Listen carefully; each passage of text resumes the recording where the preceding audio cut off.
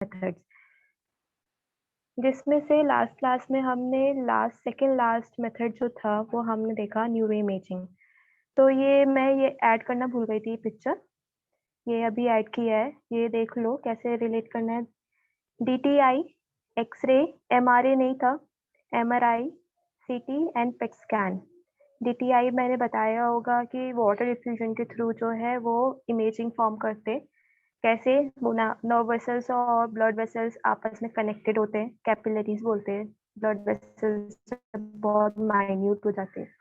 तो ये जितने भी फाइन जो है कैपिलरीज एक दूसरे से अटैच्ड होते हैं और जहाँ जहाँ वाटर डिफ्यूजन होता है वहाँ वहाँ फॉर्म होके आती है। एक्सरे पता चल रहा है, एमआरआई एक्चुअली में क्रॉस सेक्शनल होता है, CT scan all over 360 degree होता है, अच्छे से स्ट्रक्चर फॉर्म होके आता है। और एक्सरे में मोस्ट दिख रहा होगा कि सबसे ज्यादा प्रोमिनेंट पार्ट जो है वो बोन है, बोन एरिया ही दिख रहा है, हमें नर्व का फंक्शन नहीं पता चल पा रहा कि क्या हो रहा है। पेट स्कैन देखो, न्यूरो इमेजिंग हो रही है थ्रू इलेक्ट्रिक, है ना, positron emission tomography through the electrons, दूसरे होते हैं इलेक्ट्रॉन्स की जगह अंदर प्रोटॉन्स के साथ पॉजिट्रॉन, उसके थ्रू जो है उसके एमिशन के थ्रू जो है इमेज फॉर्म हो रही है। अब ये हमारा लास्ट है method, neuropsychological assessment.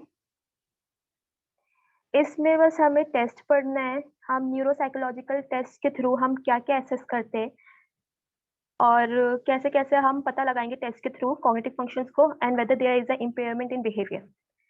So various neuropsychological tests are employed to assess the impairment in behavior or cognitive capacities after brain injury or damage. कैसे करते हैं? सबसे पहले हम उसको एडमिनिस्टर करते हैं। देखो सबसे पहले हम क्या करेंगे, या तो हम ग्रुप्स ले लेंगे, ठीक है, एक ग्रुप, दो ग्रुप, तीन ग्रुप, एबीसी में, या फिर हम इंडिविजुअल्स को ले लेंगे। अब हम उसको ऐसा टेस्ट देंगे कोई रिलेटेड या फिर लर्निंग वाला या फिर कोई मेमोरी वाला, कुछ ऐसी चीजें छोटी मोटी टेस्ट जो है उसके सामने जो है परफॉर्म करेंगे, फिर कहेंगे कि तुम जो है चूज करो ऐसा छोटा, जिसकी वजह से हम क्या करें, तुम्हारा जो भी है परफॉर्मेंस उसको स्कोर करें। फिर हम क्या करेंगे, स्कोर को एक कलेक्ट कर लेंगे ग्रुप ए बी सी में, कोई मिडल रेंज वाला स्कोर करेगा, कोई बिलो द मिडल रेंज, फिर कोई हाई स्कोर करेगा। फिर उसके अकॉर्डिंग हम क्या करते हैं, इवेल्युएट करते हैं, इवेल्युएट करके हम मेंटल स्टेटस का पता कर पाते हैं कि वेदर दे आर एबनॉर्मल और नॉर्मल, कि पेशेंट है यहाँ पे या फिर कोई एक्स्ट्रा ऑर्डिनरी है या फिर एक नॉर्मल पर्सन है। या फिर हम ये भी देखेंगे किसका जो है कॉग्निटिव फंक्शन ज्यादा एक्टिव है, किसी का क्रिएटिवनेस काफी अच्छी होती है, किसी की लर्निंग जो है, मेमोरी जो है बहुत स्ट्रांग होती होती है। ये सारे जो है हम इसमें इस मेथड में एसेस करके बाय असेसमेंट जो है टेस्ट के थ्रू हम पता लगाएंगे। तो टोटल जो है 8 है हमारी बुक में, मैंने अलग अलग करके बताया है, दिखाया है यहाँ पे टेबल के थ्रू टैबुलर फॉर्म में। टैबुलर फॉर्म का मतलब ये नहीं कि डिफरेंस है, डिफरेंस नहीं है यहाँ पे, बस टैबुलर करके दिया है। ये 3 ऊपर है, बाकी 3 और 2 अलग से, ठीक है, दिख रहा है। तो सबसे पहले हम ये वाला देखेंगे, बैचलर्स इंटेलिजेंस स्केल, फिर आ गया आपका डायकोटिक लिसनिंग टेस्ट, फिर आपका आ गया हेल्स्टेड रेटन न्यूरोसाइकोलॉजिकल टेस्ट बैटरी या बैटरी टेस्ट बोलो, फिर आपका नेक्स्ट है इसके बाद ल्यूरिया नेब्रास्का न्यूरोसाइकोलॉजिकल बैटरी टेस्ट, फिर है रे ऑस्थरेट कॉम्प्लेक्स फिगर टेस्ट, फिर आपका है डिजिट स्पैन टेस्ट, फिर है Dallas Kaplan executive function system, फिर है विस्कॉन्सिन कार्ड सॉर्टिंग टेस्ट। तो सबसे पहले 3 देख लेते हैं। देखो वेचलर्स इंटेलिजेंट टेस्ट में किसने इन्वेंट किया, डेविड, ये दिख रहा होगा ईयर आपको 1939 दे रखा है कि इस ईयर में जो है इसने टेस्ट को इन्वेंट किया। क्या एसेस करता है इसका टेस्ट, इंटेलिजेंस की, इंटेलिजेंट क्वेश्चन लेवल कितना है उसका, आईक्यू लेवल कितना है, और ये इंटेलिजेंस स्केल के through middle age, adult, adolescence, कितने कितने जो है उसके अकॉर्डिंग जो है उनका आईक्यू लेवल कितना है, ये देखते हैं। तो इंडिविजुअल, इंडिविजुअल का मतलब यहाँ पे कि वो सिर्फ पेशेंट को लेता था, पेशेंट को टेस्ट करता था या फिर नॉर्मल पर्सन को। तो यहाँ पे ऑल टाइप लिखने का मतलब है कि ये सारे ग्रुप के लिए एलिजिबल है। टेस्ट इसके 3 उसमें डिवाइड हुए हुए थे, WAIS third, WISC third, WPPSI। WAIS जो है विचलर्स एडल्ट इंटेलिजेंस टेस्ट है। WISC जो है Wechsler's intelligence scale of children third है। And PPSI Wechsler's preschool and primary scale of intelligence है। ठीक है, फुल फॉर्म बता दिया मैंने यहाँ पे। ये इसके अकॉर्डिंग जो है प्री स्कूल वाला 4 to 6.5 ईयर वाले जो है बच्चे हैं वो आते हैं उसमें, इसकी रेंज में। WPPSI वाले में चिल्ड्रन वाला जो है वो WISC है, इसमें 6 to 16 ईयर्स वाले बच्चे आते हैं, इसमें टेस्ट किया जाता है अलग तरीके से। एडल्ट में हमारा आ गया WAIS जो मोर देन 16 है। ठीक है, आप एडल्ट में आप ओल्ड को भी ले सकते हो, यहाँ पे एज लिमिट नहीं दे रखी है। बाकी सब में किसी किसी में एज लिमिट भी दे रखी है, किसी में 80 से ज्यादा नहीं दे रखा कि 80 एज ग्रुप से ज्यादा वाले के ऊपर टेस्ट नहीं किया जाता। किसी में ऑल ही दे रखा है कि हाँ हम सब पे टेस्ट कर सकते हैं। तो वो depends according to their test. देखो बैचलर स्केल एक सिंपल स्केल है, टेस्ट है जो एक नॉर्मल जो है इंटेलिजेंस को पता लगाता है छोटे छोटे टेस्ट करके। कैसे, देखो इसके जो टेस्ट है वो दो में डिवाइड है, वर्बल इंटेलिजेंट ग्रुप टेस्ट और performance intelligent group test.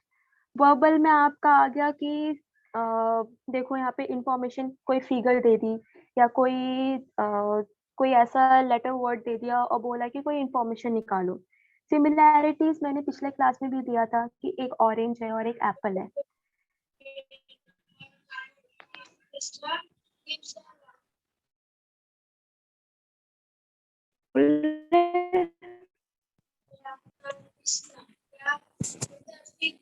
Please mute yourself.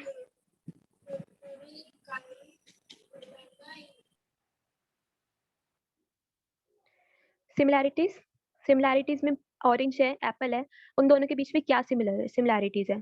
कोई बताएगा ऑरेंज और एप्पल में क्या सिमिलैरिटीज है? Both are fruits. Both are fruits. Later में भी कुछ सिमिलैरिटीज होंगी, है ना? और अगर फिजिकल देखा जाए उसका तो टेस्ट में बोथ आर स्वीट, है ना? ये जितने भी है similarities according to their age बोलेंगे कि they are fruits, both are fruits. कोई कुछ और एक्स्ट्रा इन्फॉर्मेशन निकाल के दे देगा। तो इसकी वजह से हम क्या देखते हैं कि किस किस का जो है इंटेलिजेंस स्केल के अकॉर्डिंग IQ लेवल कितना है। अरिथमेटिक नॉर्मल एक क्वेश्चन दे दिया जाएगा और सॉल्व करके दिखाना होगा।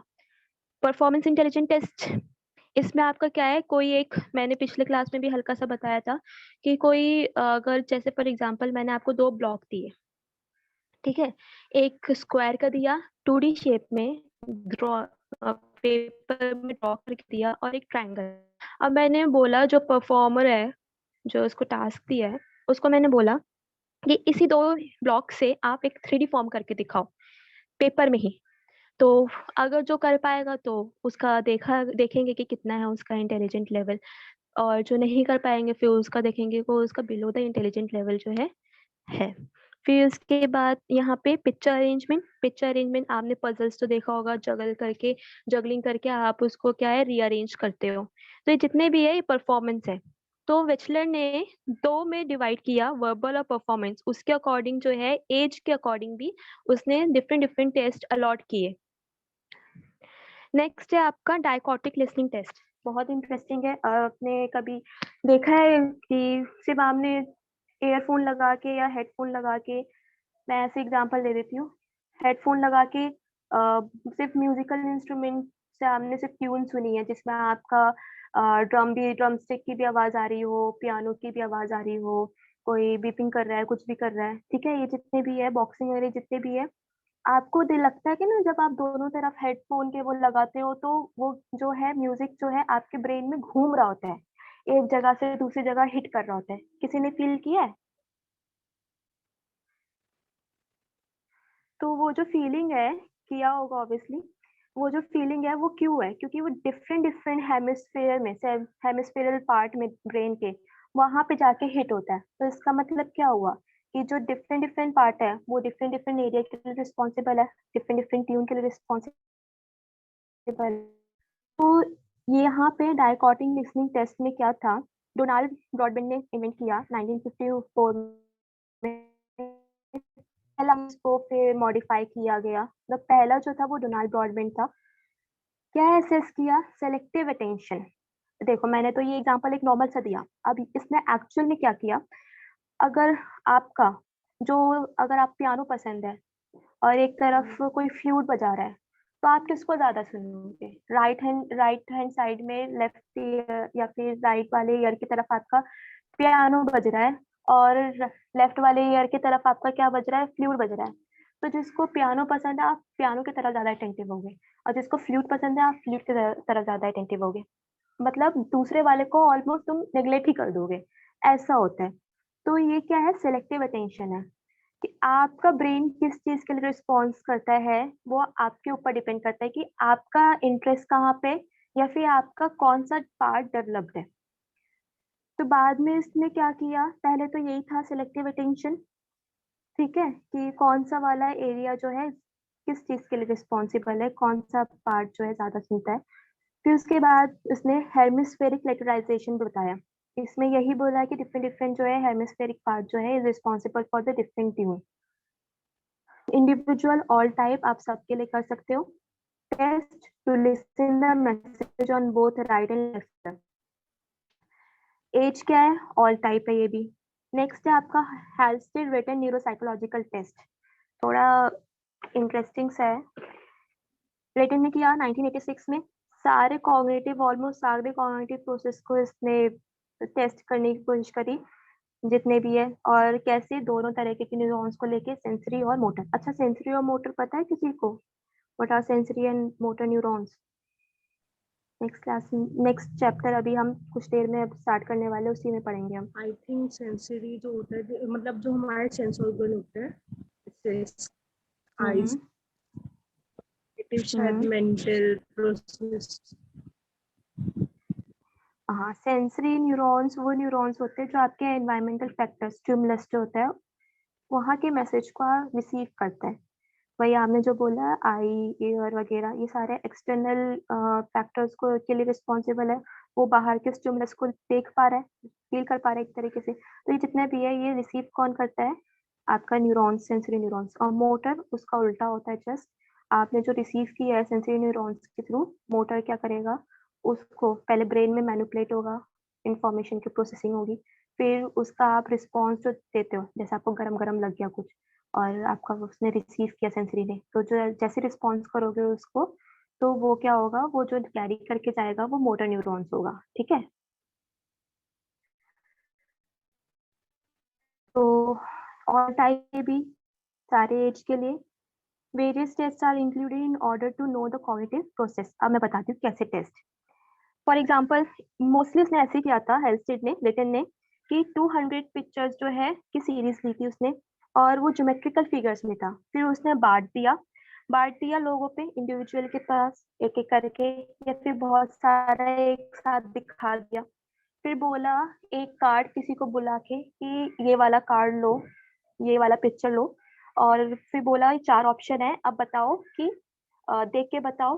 देखा, फिर हटाया, फिर बोला कि इन चारों ऑप्शन में से ये जो है कौन सा करेक्ट है। तो वो 4 ऑप्शन देते, और अगर उसने ठीक चूज किया तो बीपिंग होती है, और अगर गलत चूज किया तो अलार्म बजता है, ठीक है।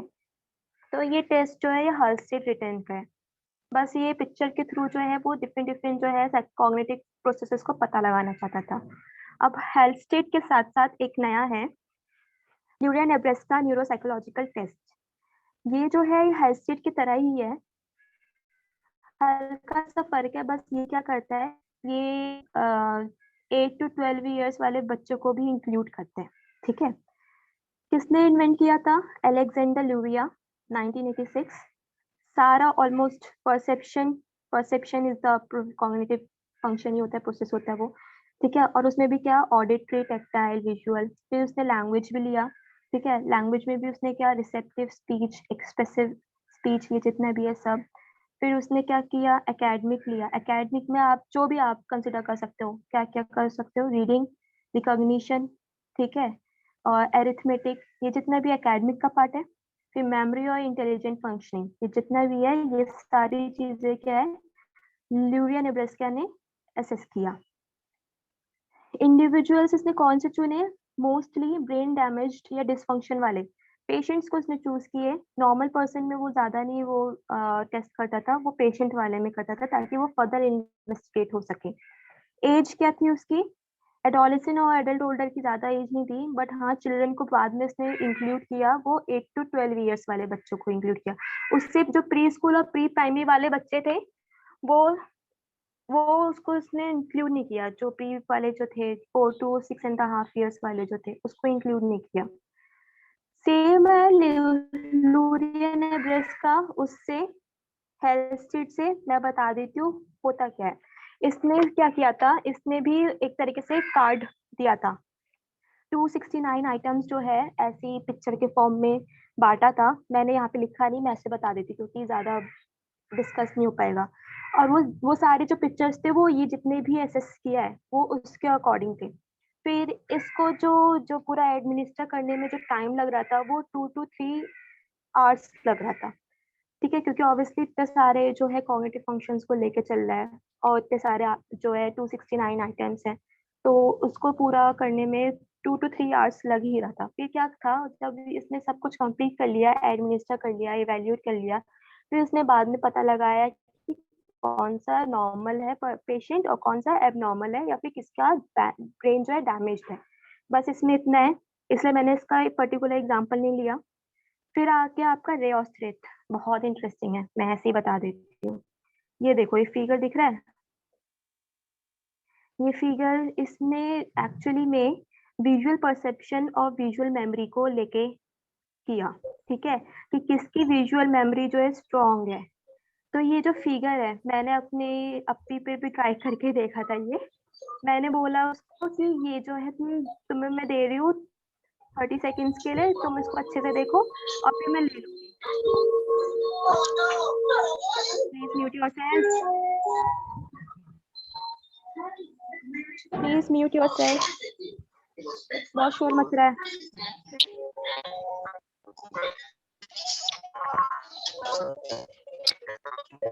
एंजल दौलत, प्लीज म्यूट योरसेल्फ।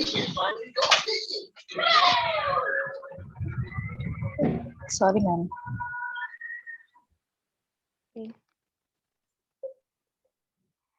तो रे ऑस्टेरिट का ये फिगर मैंने अपने अपनी पे भी अप्लाई करके देखा था, उसको याद करने को दिया 30 सेकेंड के लिए। फिर कहा कि अब जो है तुम पहला इमेज बना के दिखाओ। बनाया उसने, ठीक है। फिर उसके बाद उसने पहले में इतनी गलती कर दी कि ये वाला एरिया, अरे यार कहाँ गया, ये वाला एरिया ही गलत कर दिया। ठीक है, इसकी लाइन जो है उल्टी बना दी। तो बताना चाह रही हूँ कि डिफरेंट डिफरेंट पर्सन जो है वो मेमोरी जो है उसकी विजुअल मेमोरी जो है वो अलग अलग काम करती है। फिर मैंने उसको कहा कि अच्छा ठीक है ये मुझे दे दो, अब 15 मिनट बाद बनाना। 15 मिनट बाद फिर उसको बनाने दिया, फिर उसने फिर से वही सेम बनाया। फिर दोबारा 15 मिनट बाद बनाने बनाने को दिया, फिर उसने सेम बना लिया। उसने एक पैटर्न क्रिएट कर लिया था अपने माइंड में कि ये रूम है, ये किचन है, ऐसे करके उसने लर्न कर लिया था। और उसके बाद उसने सेम ही तीनों टाइम बनाया, बट पहले ही टाइम में गलत बना दिया था। तो उसने थर्ड सेकेंड और थर्ड टाइम भी वही सेम गलत ही बनाया। तो इसका मेरा कहने का मतलब है कि इससे करने से क्या हुआ कि पता चला कि विजुअल मेमोरी या विजुअल परसेप्शन जो है आपका क्या है। अब देखो यहाँ पे, ये जो है ये नॉर्मल पर्सन है जो इन्होंने बनाया। ये जो है ये नॉर्मल पर्सन नहीं है, पेशेंट है। फर्क पता चल रहा है कितना है? धीरे धीरे देखो मेमोरी फेड होती है लोगों की। पहले में उसने थोड़ा करेक्ट बनाया, दूसरे में उसने थोड़ा थोड़ा अजीब बनाया, फिर भी उसने क्या किया, अगर लाइंस को हटा के उसने लर्न कर लिया था कि कैसा पैटर्न होता है। बट यहाँ देखो, यहाँ कितना काफी जो पेशेंट था उसने काफी डिफरेंट बनाया। तो रे ऑस्टरेट ने विजुअल मेमोरी के ऊपर काम किया, फिगर देख कर कि वो कितना याद कर सकता है। बस इसमें यही है रे ऑस्टरेट में। डिजिट स्पैन टेस्ट में क्या है, आपको एक रैंडम नंबर दिखाते हैं। रैंडम नंबर दिखाने के बाद 4 डिजिट का अगर आपको दिखाया और फिर बोला कि चलो लिख के दिखाओ, ठीक है, वो 4 डिजिट अगर मैं यहाँ पे 5691 करूँ, क्यों, अगर जिसकी लर्निंग मेमोरी खराब है, ठीक है, तो वो क्या करेगा, डिजिट स्पैन वाले जो लोग हैं पेशेंट, वो 5691 जो है वो याद ही नहीं कर पाएंगे, नंबर जो है वो उसकी जगलिंग कर देंगे, वो उसकी जगह क्या लिखेंगे 5961, तो उल्टा हो जाएगा। फिर अच्छा, अगर एक दो पेशेंट ने ठीक भी दिया, फिर नेक्स्ट स्टेप में मैंने 5 डिजिट का दिया, 5 डिजिट में भी एक पेशेंट ने क्या किया, ठीक दिया, और एक पेशेंट ने नहीं दिया ठीक। तो इससे ये पता चला कि जो इनका लो जो लर्निंग मेमोरी है, वर्किंग मेमोरी है और वेकिंग मेमोरी है, वही लर्निंग मेमोरी हो गई, वो कितना काम करता है। डिजिट स्पैन समझ में आ गया, बस आपको नंबर दिखाते हैं डिजिट के फॉर्म में, और आपको इस एरिया में फिल करने को बोलते हैं, ठीक है। और ज्यादा देर तक के नहीं दिखाते, सिर्फ 5 to 10 सेकेंड्स के लिए होता है वो, आपको बस एक झलक दिखाएगा और बंद कर देगा और आपको लिखना पड़ेगा। लास्ट है आपका, लास्ट नहीं I think, Dallas captain executive, ठीक है, फंक्शन सिस्टम। ये जो है, ये फंक्शन एग्जीक्यूटिव फंक्शन के ऊपर रिस्पॉन्सिबल है। मतलब ये आप जो बाहर वाले वर्क करते हो ना, जैसे माइंड जो बाहर वाले करते, थिंकिंग हो गया या क्रिएटिवनेस हो गई, ये इसके लिए टेस्ट करता था। Executive function like thinking, inhibition, problem solving, impulse control, creativity, abstract thinking, ये जितने भी आपका मोटर न्यूरॉन्स वाले जो फंक्शन है, ये इसके लिए होता है। Individual, all type test, all executive test, इसमें बताने की जरूरत नहीं है क्योंकि डिफरेंट डिफरेंट ही आ जाएगी। फिर आ गया विस्कन्सन कार्ड टेस्ट, ये लास्ट है। इसमें सेल्फ सॉर्टिंग होती है, ठीक है, या फिर शिफ्टिंग बोल लो। यहाँ पे आपको कार्ड दे दिया जाएगा बहुत सारा, उसकी शफलिंग होगी, शफलिंग करके फिर आपको एक कार्ड दे देंगे, और उसके बाद आपको एक पिक्चर या स्क्रीन में दिखाएंगे, बोलेंगे कि इसमें से बताओ कि कौन सा सही है। और उसने सही जगह में और मारा हाथ, या फिर सही जगह में उसने पॉइंट आउट किया, तो उसकी फीडबैक लेते हैं, फिर बताते हैं कि आपका आंसर ठीक है या नहीं, ठीक है। बस इतना है। तो गाइस ये चैप्टर खत्म हो गया। लास्ट टॉपिक जो था वो एथिकल इशू था। एथिकल इशू मैं लास्ट फर्स्ट क्लास में ही पढ़ा चुकी थी, उसमें ज्यादा कुछ नहीं है, बस ये बोला जाता है कि नॉन ह्यूमन पार्टिसिपेंट्स को ज्यादा प्रेफर करते हैं, क्योंकि ह्यूमन पार्टिसिपेंट्स नहीं रख सकते हम सारे टेस्ट के लिए, सर्जिकल मेथड के लिए भी। तो हम माइस, रैट्स, ये सारे में ज्यादा हम एक्सपेरिमेंट करते हैं। तो यहाँ तक आपका लास्ट चैप्टर कंप्लीट हो गया, चैप्टर 1। ये जो है ये आपका चैप्टर 2 है, यूनिट 2 बोल लो, न्यूरॉन्स एंड नर्व इम्पल्स। अच्छा, लास्ट लास्ट से या फिर लास्ट चैप्टर से कोई रिलेटेड है क्वेश्चन, डाउट, कोई प्रॉब्लम है?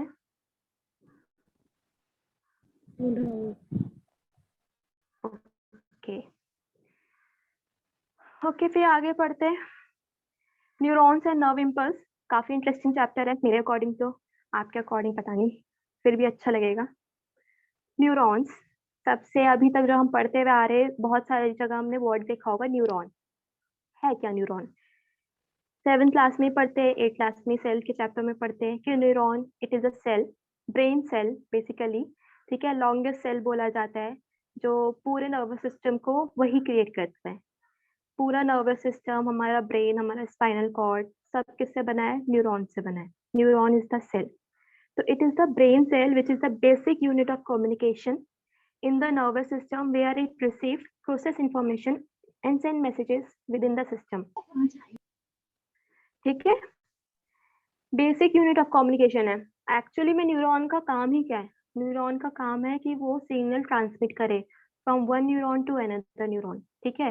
वो मैसेज का काम करता है, वो रिसीव करता है इंफॉर्मेशन को, फिर उसे प्रोसेस करता है, फिर इलेक्ट्रिकल इम्पल्स के फॉर्म में उसको दोबारा से सेंड कर देता है। तो ये सब न्यूरॉन का काम है। Neuron is also called nerve cell, पता होगा। लॉन्गेस्ट सेल है। अच्छा, लार्जेस्ट सेल क्या है बताओ तो, कोई बताएगा? लार्जेस्ट सेल न्यूरॉन, लॉन्गेस्ट है वो तो। सबकी वही ऑस्ट्रिच रिजेक्ट हेड, हो रही है। हाँ, ऑस्ट्रिच ऑस्ट्रिच। हेड, अच्छा, ह्यूमन में लार्जेस्ट सेल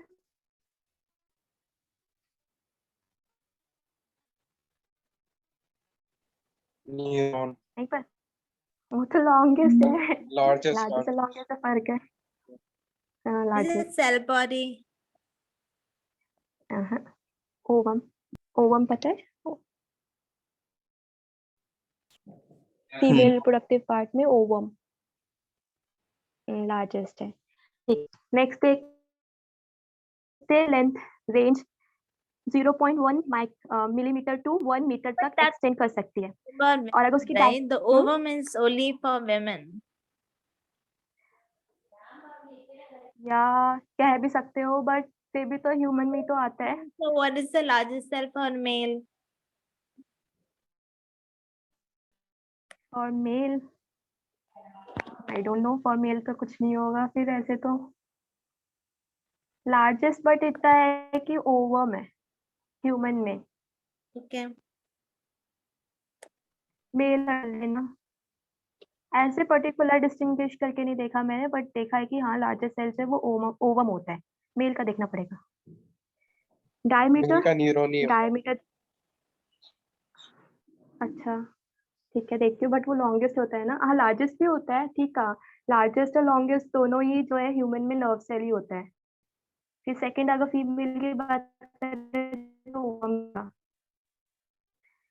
नेक्स्ट है size range.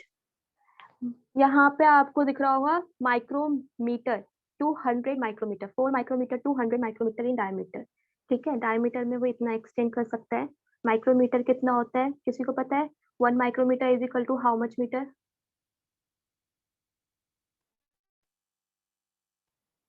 1 micrometre is equal to 10⁻⁻6 metre. ठीक है,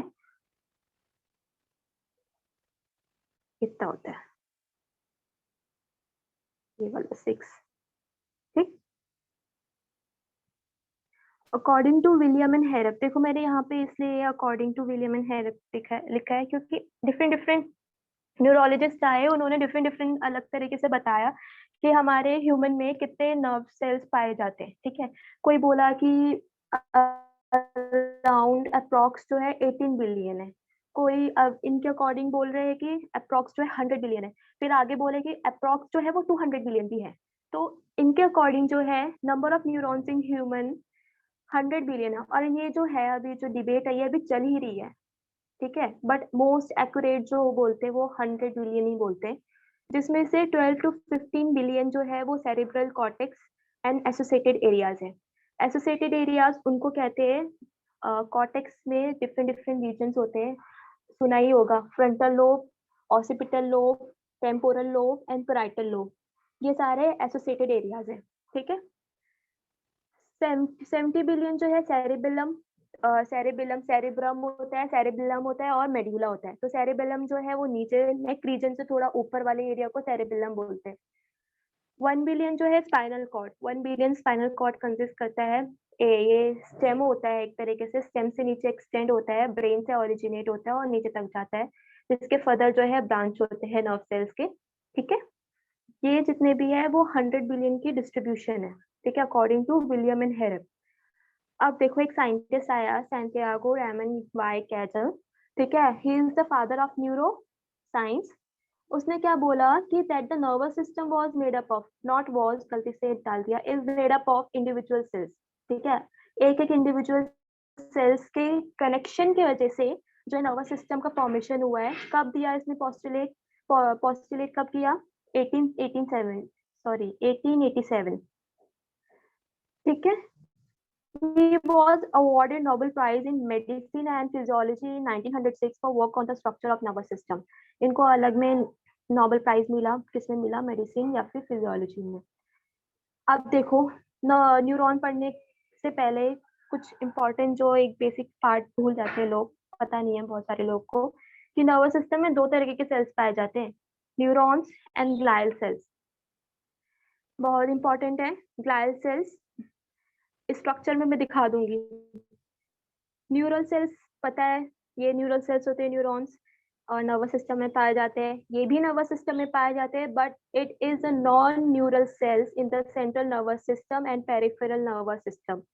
central nervous system and peripheral nervous system, ये 2 अलग अलग नर्वस सिस्टम है। नर्वस सिस्टम 2 में डिवाइड होता है, central nervous system, peripheral nervous system, short form में बोलो तो CNS एंड PNS। सेंट्रल में ब्रेन और स्पाइनल कॉर्ड को इंक्लूड करता है, और पेरिफेरल को, ब्रेन और स्पाइनल कॉर्ड को छोड़ के जितने भी बॉडी में आपके नर्व्स है ना, न्यूरॉन्स है, वो आपके पेरिफेरल में आते हैं। ठीक है, तो ये जो नॉन न्यूरल है वो दोनों में पाए जाते हैं। नेक्स्ट है आपका कि it produce impulse, do not produce any impulse. Neurons message carry करता है, हमेशा याद रखना, बट ग्लियल सेल जो है मैसेज कैरी नहीं करता, बट ये क्या करता है, ये सपोर्ट करता है। ठीक है, इसका फंक्शन नीचे है, ये सपोर्ट करता है, कोई इम्पल्स को प्रोड्यूस नहीं करता है, ये न्यूरॉन्स को एक प्रोटेक्ट करके रखता है, या फिर उसको कुछ हीमोस्टेसिस, स्टेबिलिटी वगैरह, ये सारी चीजें जो है देता है। दूसरा नाम है ग्लियल सेल का ग्लिया एंड न्यूरोग्लिया। ठीक है, ग्लियल आप पढ़ लेते ब्रीफ में है क्या। इट इज नॉन न्यूरल, वही बता दिया, cell and PNS, central nervous system and peripheral nervous system that do not produce electrical impulse. ठीक है, याद रखना प्लीज, नॉन न्यूरल है, कोई भी कंडक्ट नहीं करता है, इम्पल्स कैरी नहीं करता, बट क्या है फंक्शन वो देख लेते हैं।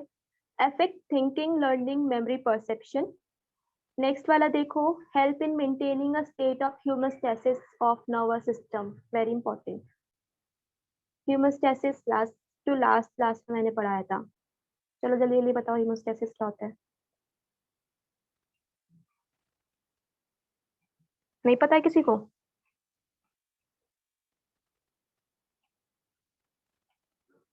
हीमोस्टेसिस एक प्रोसेस होता है, ये ऑटोमेटिक होता है, हमारे इनर मैकेनिज्म होता है हमारे बॉडी में, सेल्स में, हर सेल्स में, कि वो क्या करता है, वो मेंटेनेंस, स्टेबिलिटी प्रोवाइड करता है या रेगुलेट करके रखता है कुछ।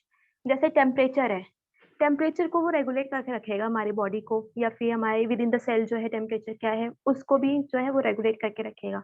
बॉडी पोस्चर है, आप सीधा चलते हो, टेढ़े मेढ़े तो नहीं चलते हो ना, जैसे नशा करके चल रहे हो, नहीं सीधा चलते हो, तो ये बॉडी पोस्चर को भी जो है ये मेंटेन करके रखता है। तो ये जितने भी ह्यूमोस्टेसिस है, लाइक आपका बॉडी में ब्लड लेवल हो गया, वाटर लेवल हो गया, स्लीप वॉकिंग जो है साइकिल, बायोलॉजिकल साइकिल, ये जितने भी है ये सारा हीमोस्टेसिस के प्रोसेस में आता है।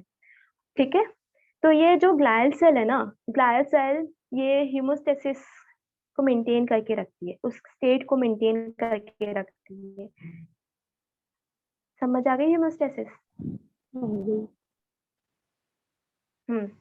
लाइक आपका टेम्परेचर अगर बाहर का ठंडा है और आपका टेम्परेचर तो वही रहेगा 36.5 डिग्री सेल्सियस, तो इसको मेंटेन करने के लिए क्या करते हैं हम शिवर करते हैं ना, तो ये हमारा ऑटो मैकेनिज्म है, ये यही सब करते हैं, मेंटेन करके रखते हैं, उस स्टेट को बैलेंस करके रखते हैं। नेक्स्ट है आपका deliver nutrients to hello. Neurons. हाँ हेलो। हाँ, मैं बोल रहा था बस फिजियोलॉजिकल जो प्रोसेसेस होते हैं उनको हमें स्टेटस मेंटेन करता है, वो मोशन जो बोला था उसको नहीं करता। कौन मूवमेंट से से फिजियोलॉजिकल प्रोसेस? सारे फिजियोलॉजिकल प्रोसेस जैसे कि मेंटेनेंस ऑफ आरबीसी, सब कुछ, टेम्परेचर तो रेगुलेशन, टेम्परेचर रेगुलेशन को ही तो क्या क्या, बॉडी को नॉर्मल प्रोसेस में रखने के लिए वो जो करता है फिजियोलॉजिकल प्रोसेस। ठीक तो है। ठीक है, ठीक है। अच्छा बताओ कि ब्रेन में कौन से पार्ट में जो है ये होता है, क्या? ये वाला हाइपोथैलेमस वाले रीजन में होता है, कोई इनर सब हाँ कॉर्टिकल हाँ, रीजन में। तो ये जो इनर सब कॉर्टिकल रीजन है वो एक दूसरे से कनेक्टेड ही तो है, उसी में तो हीमोस्टेसिस का बात कर रहा है, और फिजियोलॉजिकल फंक्शन की भी जो है उस वही तो कंट्रोल करके रखता है, तो फर्क क्या है?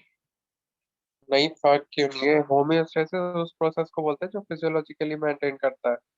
हाँ तो अगर फिजियोलॉजिकली। ऐसे तो ब्रेन तो हर पार्ट को, ऐसे तो हर पार्ट इंटर रिलेटेड है, मूवमेंट हम्म, स्पीच का भी इंटर रिलेटेड है, लेकिन वो नहीं होगा ना, इट्स डिफरेंट प्रोसेस।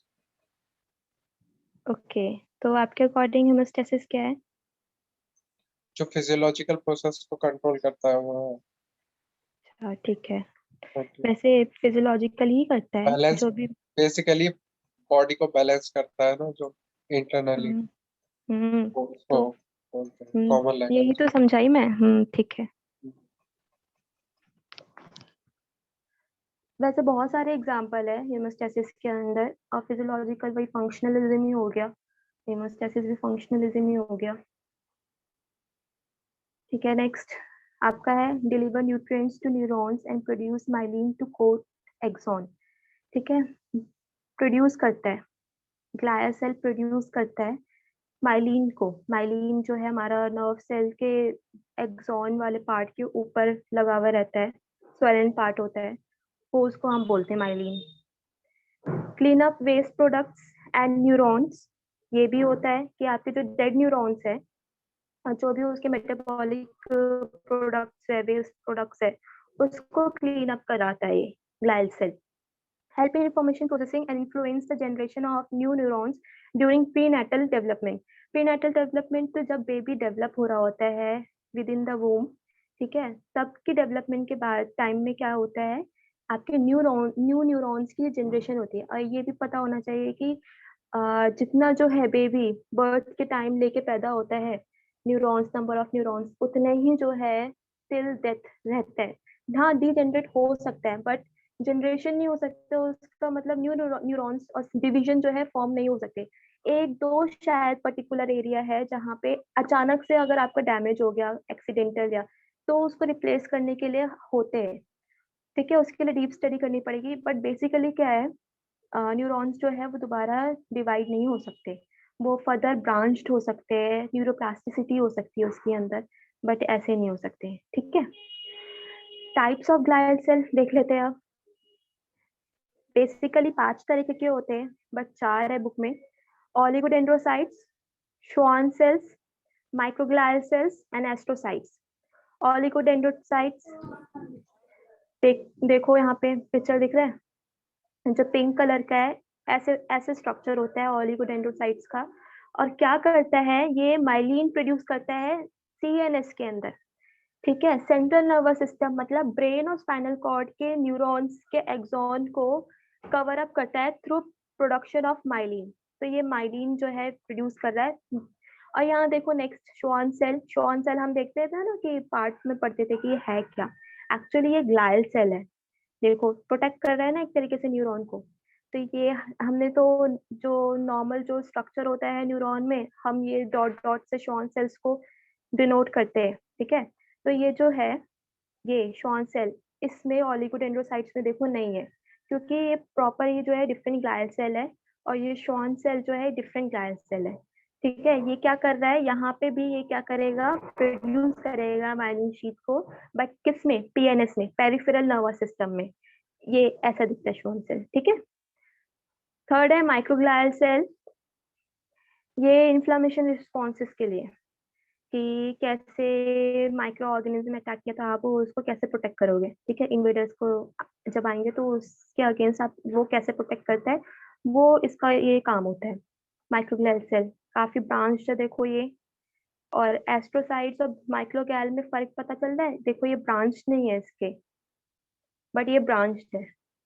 तो एस्ट्रोसाइट्स क्या करता है, help to clean up the waste product and dead neurons, हमने लास्ट फंक्शन पढ़ा था, second last, clean up waste products and dead neurons, ये कौन करता है, एस्ट्रोसाइट्स, ठीक है। ग्लाइल सेल समझ में आ गया?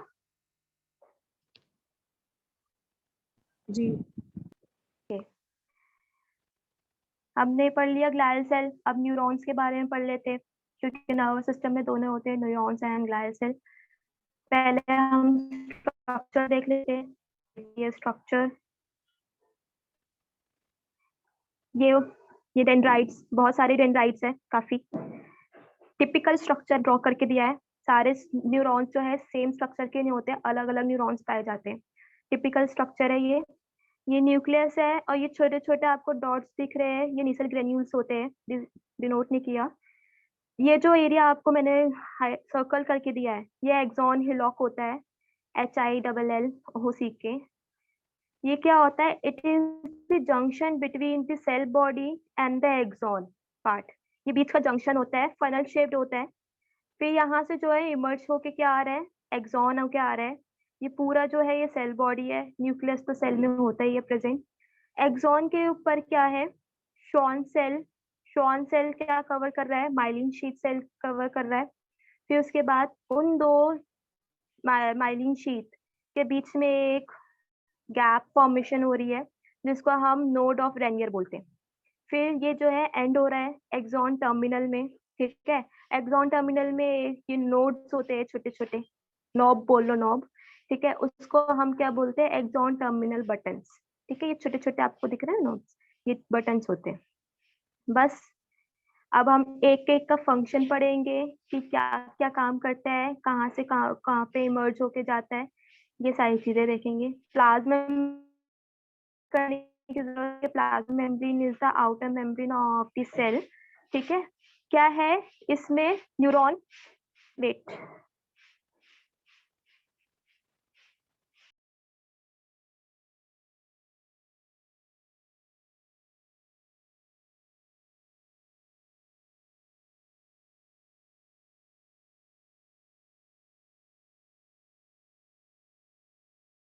डबल लेयर्ड है प्लाज्मा मेम्ब्रेन, यहाँ पे डबल लेयर्ड है।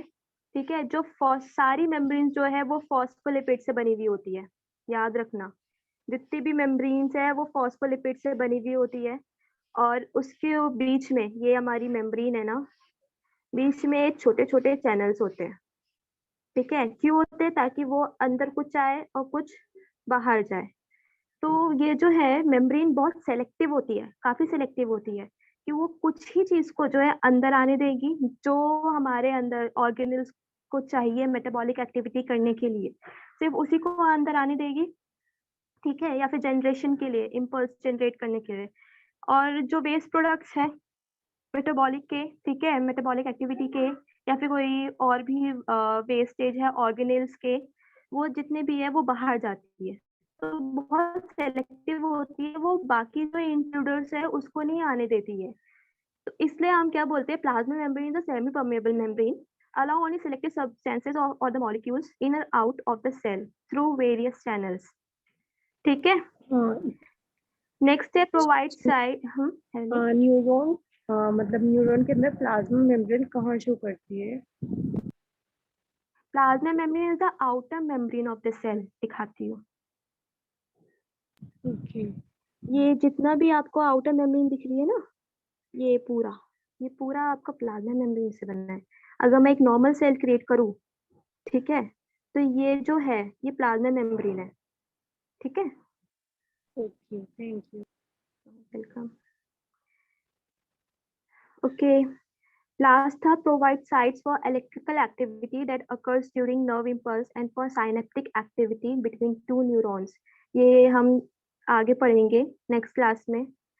ये साइनेप्टिक एक्टिविटी एक जंक्शन होता है बीच में, और ये न्यूरॉन्स अगर है, ये न्यूरॉन्स के जो बटन्स बनाती हूँ, तो ये जो जंक्शन फॉर्म कर रहा है इसको हम साइनेप्स बोलते हैं। तो यहाँ पे जो एक्टिविटी होती है, ये न्यूरॉन्स के, मैंने ये टर्मिनल्स बनाए हैं, टर्मिनल्स के जो बटन्स है वो बनाए मैंने।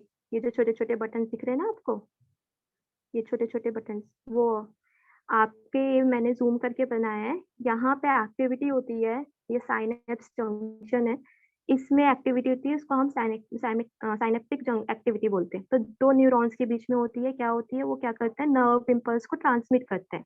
ठीक है, प्लाज्मा मेम्ब्रेन। तो आपने 3 फंक्शन पढ़ लिया, एक्चुअली 2 ही फंक्शन है। सेलेक्टिव परमेबल होता है काफी, ये कुछ आयंस को अंदर आने देता है, कुछ को बाहर जाने देता है, वेस्ट प्रोडक्ट्स को बाहर जाने देता है।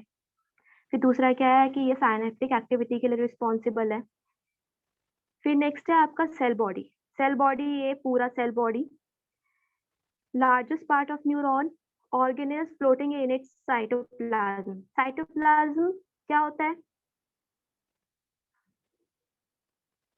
साइटोप्लाज्म पता है?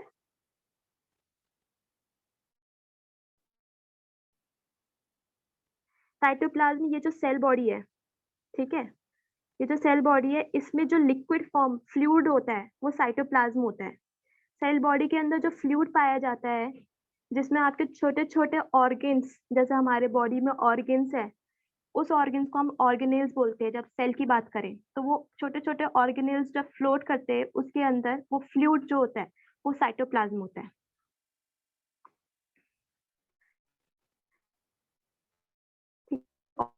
Cytoplasm, it is the metabolic center of neuron and is also called as soma. Soma is usually the body. Body को दूसरा नाम बोल लो एक तरीके से कि सेल बॉडी, ऐसी जगह जहाँ पे मेटाबॉलिक एक्टिविटी मेजॉरिटी में हो, ठीक है, उसको बोलते हैं सोमा। कहीं कहीं लोग बोलते हैं सोमा सेल, सिर्फ soma cell is the normal cell body जिसमें सारी एक्टिविटी हो रही, ठीक है। नेक्स्ट है आपका dendrites. Dendrites, these are the dendrites, denote किया हुआ है। क्या है डेंड्राइट्स में? दीज आर द, साइटोप्लाज्म में वो वाला एक्सक्लूड कर दो था, एक्सक्लूड कर दूं क्या? न्यूक्लियस। नहीं नहीं, हाँ हाँ हाँ, प्रोटोप्लाज्म हो जाएगा।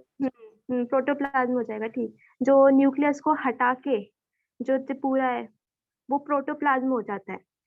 साइटो न्यूक्लियस को भी इंक्लूड, वो भी तो फ्लोट कर रहा है, वो पूरा जो है साइटोप्लाज्म है। और अगर आप न्यूक्लियस के अंदर देखोगे एक और फ्लूइड होता है, वो न्यूक्लियर प्लाज्म होता है। तो अलग अलग जो है फ्लूइड पाए जाते हैं, ठीक है। Dendrites, these are the extension from cell body, extend हुआ होता है सेल बॉडी से, इमर्ज आउट हो रहा होता है। The dendrites tips have sensory receptors that receive the stimuli from other neurons and begin the process of nerve impulse by sending these to the cell body. बस ये क्या करता है, अगर उस स्टिमुलस मिला तो सबसे पहले डेंड्राइट रिसीव करता है, वो जो है वो सेल बॉडी तक पहुंचाता है, फिर सेल बॉडी से फिर जो है एक्सॉन तक पहुंचाता है, मतलब कैरी होता है। तो डेंड्राइट से पहले कहाँ पे पहुंचाता है? सेल बॉडी में पहुंचाता है। फोर्थ है आपका axon. It is the long cylinder part of neuron extended from a portion of cell body to the axon terminal, ठीक है। सेल बॉडी से इमर्ज होता है, और वो भी किस एरिया से? वो जो जहां से इमर्ज होता है वो टनल शेप बनाता है, फनल शेप बनाता है, सॉरी, फनल शेप को हम क्या बोलते हैं? Axon hillock. तो वहां से जो है एक्सटेंड होते हुए जाता है और नीचे एक्सॉन टर्मिनल तक पहुंचता है। It is covered by myelin sheath, may be, यहाँ लिखा है मैंने नीचे माइलिन शीट में कि मे बी माइलिन शीट से कवर्ड होते हैं। सारे न्यूरॉन जो है उसके पास माइलिन शीट नहीं होते, ठीक है। कुछ जो है बिना माइलिन शीट के होते हैं, उसको हम नॉन माइलिनेटेड शीट फाइबर्स बोलते हैं, ठीक है। कवर्ड बाय, मोस्टली तो कवर्ड बाय माइलिन शीट, क्योंकि ब्रेन जो है, स्पाइनल कॉर्ड है, वो सब में माइलिनेटेड वाले पाए जाते हैं। Carries information from cell body towards its distal ends, axon तक ले जाते हैं। वही डेंड्राइट्स ने लिया, सेल बॉडी में पहुंचाया, सेल बॉडी ने फिर किसको पहुंचाया? एक्सॉन। एक्सॉन कहाँ ले जाएगा? एक्सॉनल टर्मिनल में। फिफ्थ है आपका माइलिन शीथ। अच्छा, उससे ऊपर एक लिखा हुआ है एक्सॉन में है ब्रांचेस, मतलब एक्सॉन जो है आगे जो है टाइप्स ऑफ न्यूरॉन्स पढ़ोगे आप। क्या पढ़ोगे कि न्यूरॉन जो है वो यूनिपोलर होता है, बाइपोलर होता है और मल्टीपोलर होता है। तो यूनिपोलर में देखोगे कि यूनिपोलर में जो एक्सॉन जो है ना वो डिवाइड हो रहा है, ब्रांच हो रहा है, ठीक है, दो में। तो ऐसे को क्या बोलते हैं हम? एक्सॉन कोलेटरल बोलते हैं। फिफ्थ है आपका माइलिन शीट। माइलिन शीट वही कवरिंग जो होती है वो माइलिन शीट होती है। दो तरीके के होते हैं, myelinated fibres and non myelinated fibre. किसी किसी में माइलिन शीट नहीं होती है, किसी किसी में होती है, तो उसके अकॉर्डिंग जो है ये डिवाइड हुआ हुआ है। माइलिन शीट, चलो बताओ मुझे तो जरा कि माइलिन कौन प्रोड्यूस करता है? बताइए अभी कुछ देर पहले। माइलिन कौन प्रोड्यूस करता है? कौन सा सेल प्रोड्यूस करता है माइलिन? ग्लियल हाँ, ग्लाइल सेल, ठीक है। नेक्स्ट है Schwann cell. It is the glial cell. अब पता चल गया सबको, वरना तो सिर्फ हम स्ट्रक्चर में बस पढ़ते थे कि एक श्वान सेल है ऊपर एक्सॉन के ऊपर, बट अब पता चला है हमें क्या कि ये क्या है? ग्लाइल सेल है, जो क्या प्रोड्यूस करता है? Myelin sheath. Node of Ranvier बता दिया मैंने, बीच का जो गैप है माइलिन शीट के बीच का। Axon terminal, the end part of the neuron which receives the impulse from axon and transmit it to the dendrites of other neuron through axon terminal button. ये axon terminal button, ठीक है, axon terminal buttons जो है। अब देखो type of neurons आ गया। अभी बताया मैंने तीन तरीके के होते हैं, बट किसके बेसिस पे? Based on the number of axons and dendrite, कि उनके पास एक्सॉन है भी या नहीं, डेंड्राइट है भी या नहीं, है तो कितने हैं, उसके अकॉर्डिंग जो है हमने डिवाइड कर रखा है न्यूरॉन्स को। Unipolar, bipolar, multipolar. यहाँ देख लो थोड़ा सा। यूनिपोलर में क्या होता है? सिर्फ एक ही एक्सॉन होता है और डेंड्राइट्स नहीं होते। हम यूनिपोलर को सूडोपोलर बोलते हैं। क्यों बोलते हैं? Pseudo means false, somethings fall. जैसे अमीबा, क्या फॉर्म? अमीबा एक वो है, ऑर्गेनिज्म है, यूनिसेलुलर ऑर्गेनिज्म। वो सूडो फॉर्म करती है, सूडोपोडिया, फॉल्स फीट, ठीक है। तो यहाँ पे भी सूडो मतलब समथिंग इज फॉल्स। क्या फॉल्स है? देख लो, एक्सॉन जो है वो 2 में डिवाइड हो रहा है। जैसे ही वो इमर्ज हो रहा है, emerge out from the cell body, तो वो 2 ब्रांच में डिवाइड हो रहा है, जिसमें से एक वाला जो है एक्सॉन की तरह बिहेव करेगा और दूसरा वाला जो है पेरिफेरल एक्सॉन दिखा हुआ है यहाँ पे, ये पेरिफेरल वाला, ये डेंड्राइट की तरह एक्ट करेगा। तो इसलिए हम उसका दूसरा नाम क्या देते हैं, pseudopolar neurons. Have one axon that separates from the soma, soma is the cell body, and branch into 2, जिसमें से एक जो है डेंड्राइट की तरह एक्ट करेगा। These neurons are involve in sensory function. Actually ये सेंसरी के लिए बने हुए होते हैं, सेंसरी न्यूरॉन्स के लिए, ठीक है। Receive impulse from environment and send to CNS. Sensory neurons का काम क्या होता है, इन्वायरमेंट से वो स्टिमुलस को लेते हैं, रिसीव करते हैं इम्पल्स के फॉर्म में, और वो सीएनएस तक पहुंचाते हैं। फिर सीएनएस में प्रोसेसिंग होती है, फिर मोटर न्यूरॉन्स के थ्रू हम रिप्लाई देते हैं। सेकेंड है आपका बाइपोलर। बाइपोलर में have one axon and one dendrite, ठीक है। ये भी क्या है, सेंसरी न्यूरॉन्स होते हैं ये भी। The dendrite is placed at opposite end of Soma, ठीक है। सोमा के ऑपोजिट एंड, जरा देखो तो कि यहाँ पे क्या हो रहा है, यहाँ पे जो है इमर्ज हो रहा है, बट यहाँ पे तुम्हें इमर्ज लगता हुआ नहीं लग होगा, ये ऑपोजिट जा रहा है, जा रहा है कि नहीं। फिर है कहाँ पे पाया जाता है, ये याद रखना, बाइपोलर सिर्फ इन्हीं जगह में पाया जाता है, रेटिना, इनर इनर ईयर, ठीक है, और olfactory path. Olfactory path is the nose, जो नेसल पैसेज है आपका, नोज वाला जो पैसेज है आपका, वो आपका ऑल्फैक्टरी आ गया। इनर आपका अंदर, अंदर वाले जो है, जो आपके 3 बोन्स है, 3 बोन्स के बाद जो आपका जो नर्व्स न्यूरॉन्स रिसीव करता है, ठीक है, हेयरिंग पार्ट को। रेटिना ऑफ आई, आपके आईज के पीछे रेटिना होता है स्ट्रक्चर, अगर देखोगे तो वो जो है वहां पे न्यूरॉन्स पाए जाते हैं, यही वाले बाइपोलर। नेक्स्ट है आपका मल्टीपोलर। मैंने जो अभी टिपिकल स्ट्रक्चर बनाया है वो मल्टीपोलर का ही बनाया था, इसलिए मैं बोल रही थी कि टिपिकल स्ट्रक्चर बनाने का मतलब ये नहीं कि डिफरेंट डिफरेंट न्यूरॉन्स में होते हैं। मल्टीपोलर में एक आपका न्यूरॉन, एक आपका एक्सॉन पाया जाएगा और बहुत सारे डेंड्राइट्स पाए जाएंगे। अच्छा, लोग पूछेंगे कि ये भी तो डेंड्राइट्स है, ठीक है, बट ये नहीं है, ये डेंड्राइट्स नहीं है, ये तो एक्सॉन हो गया, ये डेंड्राइट्स नहीं है।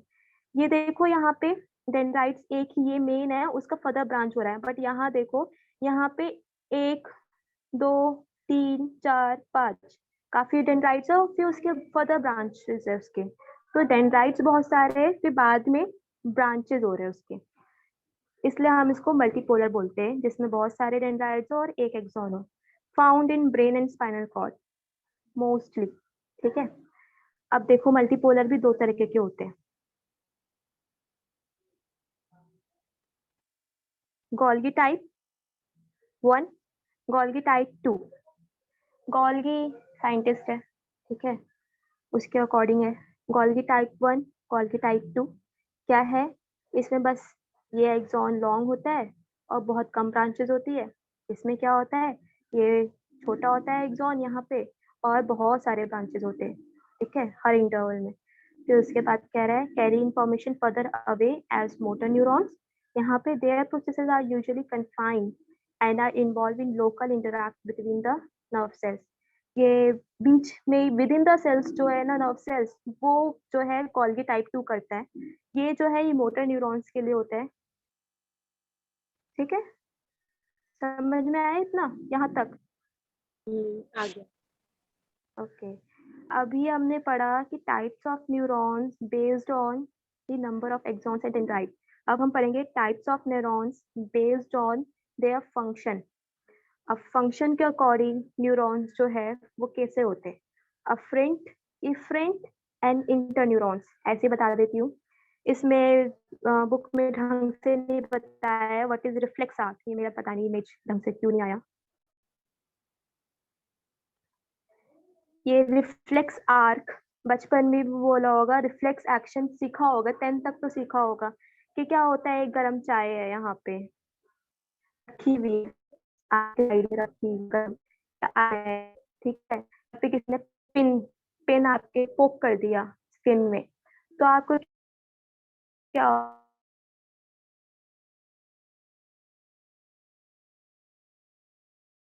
टच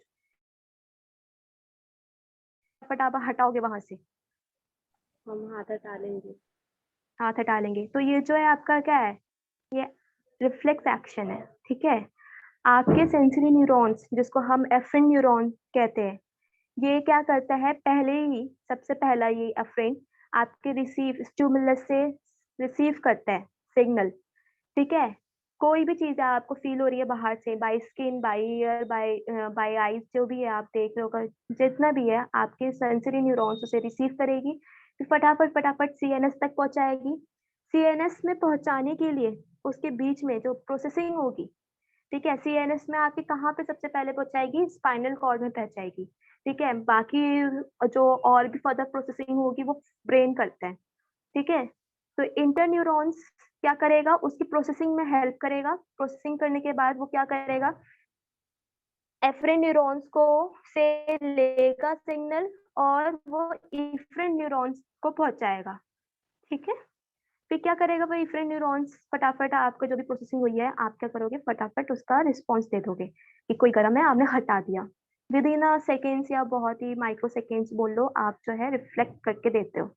तो ये बहुत रैपिड फंक्शन होता है, बहुत जल्दी होता है। बस गाइस यहीं तक है। ये आपका, ये जो मैंने नीचे स्ट्रक्चर बनाया है, दिख नहीं रहा होगा, छुप गया है, ये आपका स्पाइनल कॉर्ड है, इसका ट्रांसफर सेक्शन है। स्पाइनल कॉर्ड ऐसे ही दिखता है, ठीक है। अंदर जो है वो ग्रे मैटर है, बाहर जो है वो वाइट मैटर है, कुछ ऐसे ही दिखता है आप जब काटोगे। और एक जो है, एक तरफ से वो अफरिन से कनेक्टेड है जो स्टिमुलस रिसीव कर रहा है, तो ये बीच में जो मैंने ब्लैक कलर की लाइन खींची है और एक रेड से कनेक्ट होते हुए जा रहा है, ये इंटरन्यूरॉन्स है, और इंटरन्यूरॉन्स रेड वाले से जो इफरेंट है उससे कनेक्ट हो रहा है और आपको जो है वो स्टिमुलस का रिस्पॉन्स दे रहा है। तो ये पूरा जो है मैकेनिज्म, ये रिफ्लेक्स एक्शन का काम होता है। बस आज की क्लास यहीं तक। नेक्स्ट जो है वो इम्पोर्टेंट है, generation of nerve impulse, conduction of nerve impulse. ये दो मैं साथ में पढ़ाऊंगी ताकि आपको समझ में आए अच्छे से। फिर इसके बाद हम देखेंगे न्यूरोट्रांसमीटर्स कितने टाइप के होते हैं, और हर जो है न्यूरॉन्स अलग अलग न्यूरोट्रांसमीटर फॉर द अलग अलग फंक्शन के लिए जो है रिस्पॉन्सिबल होता है, ठीक है, अलग अलग ट्रांसमिट करता है। तो ये सारी चीजें हम नेक्स्ट क्लास में पढ़ेंगे। आज के लिए इतना। किसी को डाउट है तो पूछ सकते हैं। हाँ